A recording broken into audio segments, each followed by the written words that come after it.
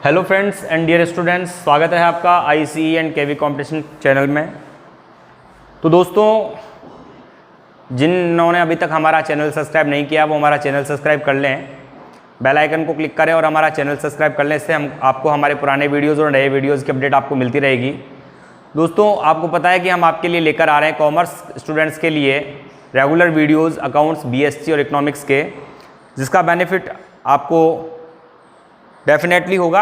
आप हमारे साथ बने रहें, कंटिन्यू हमारे वीडियो वॉच करते रहें, हमारे वीडियो को लास्ट तक ज़रूर देखें।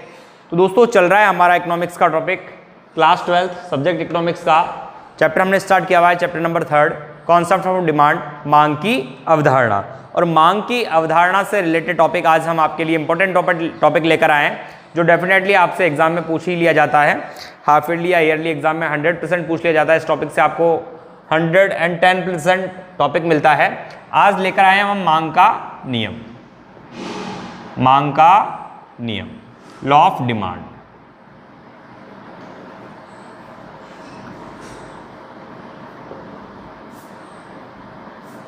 तो दोस्तों, मांग का नियम आज हम पढ़ेंगे। इससे पहले मैं मांग की डेफिनेशन, अर्थ और मांग तालिकाएं, मांग वक्र के बारे में आपको बता चुका हूं। एक बार फिर से रिपीट कर देता हूं। मांग से आशय उस प्रभावपूर्ण इच्छा से है जो किसी उपभोक्ता को किसी वस्तु या सेवा को निश्चित कीमत एवं समय विशेष पर खरीदने के लिए प्रेरित करती है।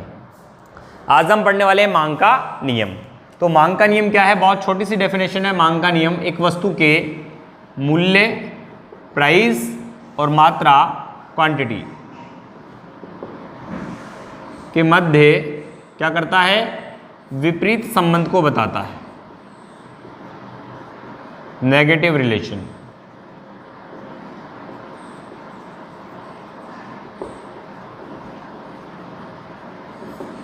फिर से रिपीट करते हैं, मांग का नियम क्या है?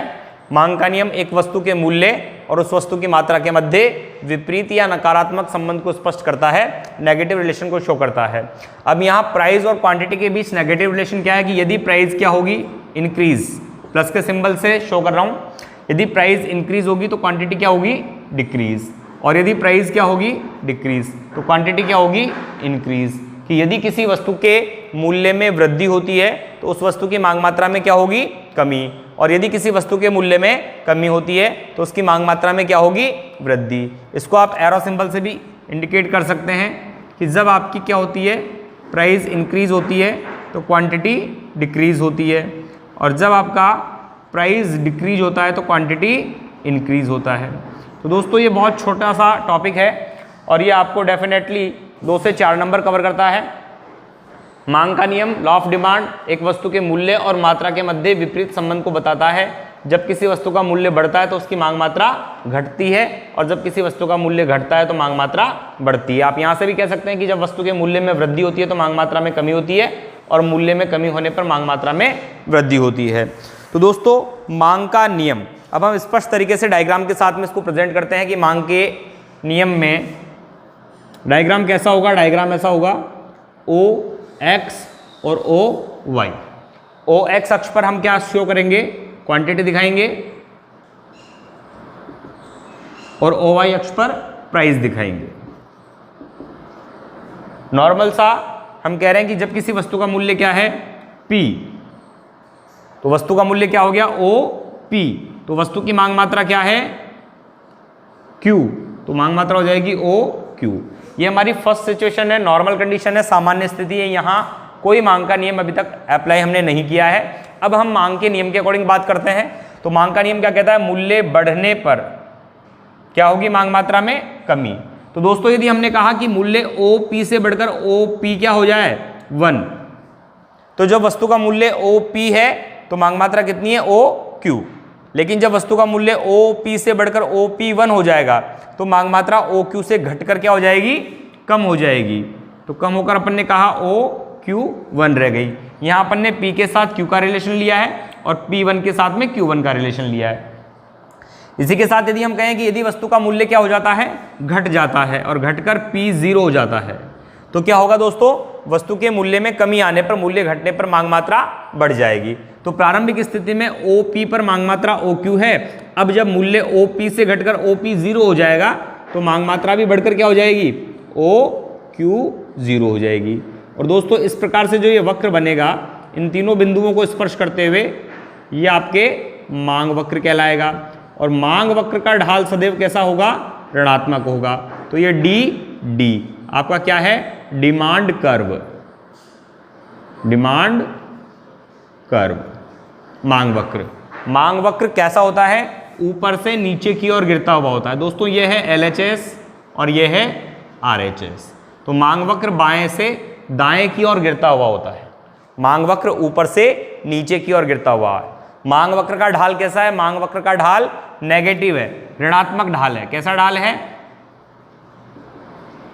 ऋणात्मक ढाल। देख पा रहे हैं आप? दिख रहा है आपको यहां तक? यह है आपका मांग वक्र का ऋणात्मक ढाल। मांग वक्र कैसा है? बाएं से दाएं, ऊपर से नीचे की ओर गिरता हुआ है। मांग वक्र का ढाल कैसा है? मांग वक्र का ढाल ऋणात्मक है। मांग वक्र का ढाल ऋणात्मक होने के क्या कारण है? क्योंकि मांग वक्र का ढाल ऋणात्मक क्यों होता है? क्योंकि वस्तु के मूल्य और मांग मात्रा के मध्य विपरीत या नकारात्मक संबंध होता है। जब किसी वस्तु का मूल्य बढ़ता है, उसके परिणाम स्वरूप वस्तु की मांग मात्रा घटती है। इस कारण मांग वक्र का ढाल ऋणात्मक होता है। तो दोस्तों एक बार वापस से रिवीजन लेंगे कि आज हम पढ़ रहे हैं मांग का नियम, और मांग का नियम एक वस्तु के मूल्य और मात्रा के मध्य विपरीत या नकारात्मक संबंध को दर्शाता है। जब किसी वस्तु का मूल्य बढ़ता है तो उसकी मांग मात्रा घटती है, और जब किसी वस्तु का मूल्य घटता है तो उसकी मांग मात्रा बढ़ती है। दोस्तों यहाँ पर हमने प्रेजेंट किया है डायग्राम। OX अक्ष पर आपने दिखाई है क्वांटिटी, OY अक्ष पर आपने दिखाई है प्राइस। फर्स्ट कंडीशन में हमने नॉर्मल कंडीशन ली है, OP वस्तु का मूल्य है, तो वस्तु की मांग मात्रा है OQ। जब वस्तु का मूल्य OP से बढ़कर OP1 होता है तो मांग मात्रा OQ से घटकर OQ1 रह जाती है। और जब वस्तु का मूल्य OP से घटकर OP0 हो जाता है तो वस्तु की मांग मात्रा OQ से बढ़कर OQ0 हो जाती है। हमने कहा मांग वक्र बाएं से दाएं, नीचे की ओर, ऊपर से नीचे की ओर गिरता हुआ होता है, और मांग वक्र का ढाल कैसा होता है? ऋणात्मक होता है। यहां पर मैं आपको मांग के नियम की एक प्रॉपर डेफिनेशन की बात कर लेता हूं। मांग का नियम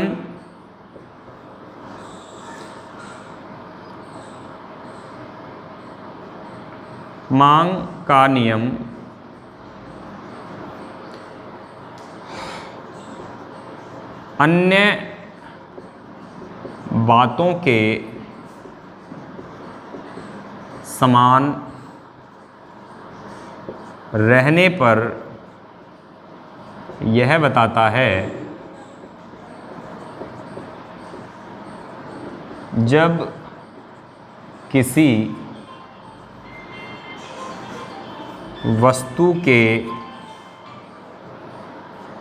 मूल्य में वृद्धि होती है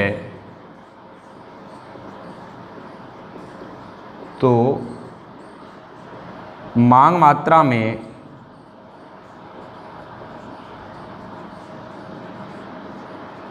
कमी होती है।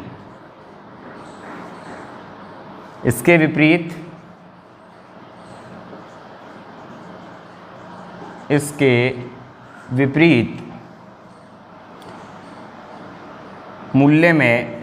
मूल्य घटने पर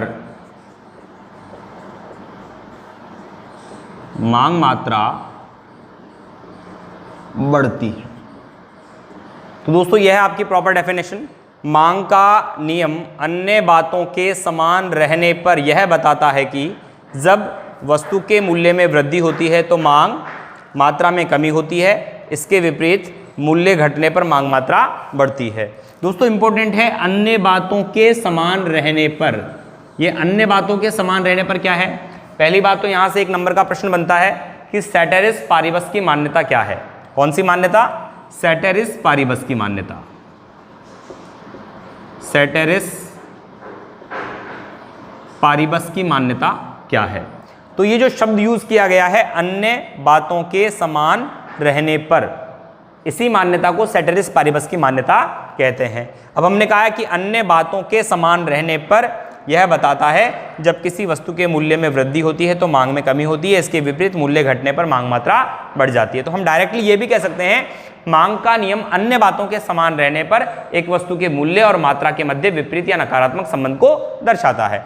तो दोस्तों वो अन्य बातें क्या हैं जिनके समान रहने पर, जो अन्य बातें हैं वही मांग के नियम की मान्यताएं बन जाती है। क्या बन जाती है? मांग के नियम की मान्यताएं। किस किस में परिवर्तन नहीं होना चाहिए? जब जाकर वस्तु के मूल्य और मांग मात्रा में होने वाला संबंध नकारात्मक होगा तो मांग का नियम कहलाएगा। हमने कहा अन्य बातों के समान रहने पर, वो कौन कौन सी बातें हैं? जैसे कि उपभोक्ता की आय में, स्वभाव में, रुचि में, पसंद में, फैशन में कोई परिवर्तन नहीं होना चाहिए। उपभोक्ता को नवीन संबंधित वस्तुओं की जानकारी नहीं होनी चाहिए। उपभोक्ता को भविष्य में वस्तु की कीमत परिवर्तन की आशंका का ज्ञान नहीं होना चाहिए। तो इस प्रकार की जो चीज़ें हैं यदि उनमें परिवर्तन होता है, जैसे कि उपभोक्ता की आय में, स्वभाव में, रुचि में, पसंद में, फैशन में परिवर्तन होगा तो फिर मांग का नियम लागू नहीं होगा। उपभोक्ता को बाजार में नवीन स्थानापन्न वस्तु का ज्ञान होगा तो मांग का नियम लागू नहीं होगा। यदि भविष्य में किसी वस्तु विशेष की कीमत परिवर्तन की आशंका होगी तो फिर मांग का नियम लागू नहीं होगा। तो यहाँ पर विशेष बात है मांग का नियम अन्य बातों के समान रहने पर। तो हम एक बार वापस अन्य बातों के समान रहने पर बात करते हैं। उपभोक्ता की आय में, स्वभाव में, रुचि में, पसंद में, फैशन में कोई परिवर्तन नहीं होना चाहिए। उपभोक्ता को बाजार में नवीन स्थानापन्न वस्तुओं का ज्ञान नहीं होना चाहिए। भविष्य में वस्तु विशेष की कीमत परिवर्तन की संभावना नहीं होनी चाहिए और संबंधित वस्तुओं की कीमतों में भी कोई परिवर्तन नहीं होना चाहिए। तो ये जितने भी अन्य बातें हैं दोस्तों, ये उपभोक्ता की मांग की नियम की मान्यताएं भी कहलाती है। तो दोस्तों आज का टॉपिक रहा हमारा मांग का नियम। यदि इस टॉपिक से रिलेटेड आपको कोई भी डाउट हो तो आप हमारे व्हाट्सअप नंबर पर हमें मैसेज कर सकते हैं या हमारे इनबॉक्स में हमसे क्वेरी कर सकते हैं। वहाँ पर आपको प्रॉपर सेटिस्फेक्शन आपको आंसर दे दिया जाएगा। तो दोस्तों देखते रहिए हमारे वीडियो को और करते रहिए हाईएस्ट स्कोर। Thank you.